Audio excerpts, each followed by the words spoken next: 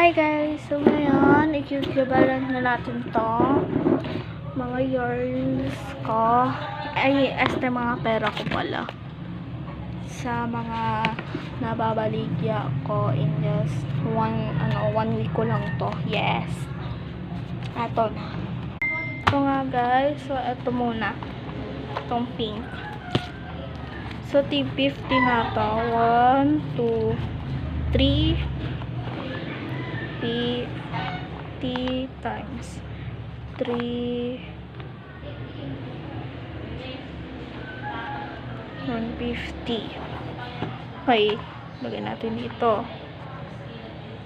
And then ito ha, lagay ko dito para hindi ako magsabihin ng daya ko eh.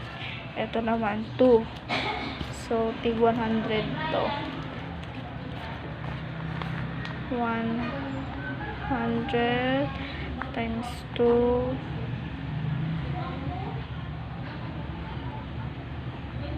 200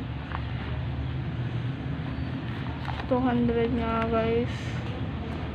200 plus 200 0 5 350 ang ating money. Oh my gosh.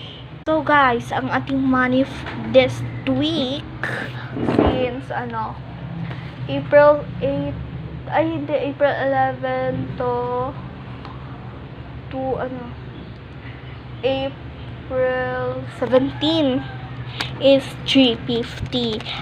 Ito yung suma ko ha, para maniwala talaga kayo sa akin. Ayan yung suma ko beha. Huwag nyo yung pansinin, ayan yung suma ko. Ayan.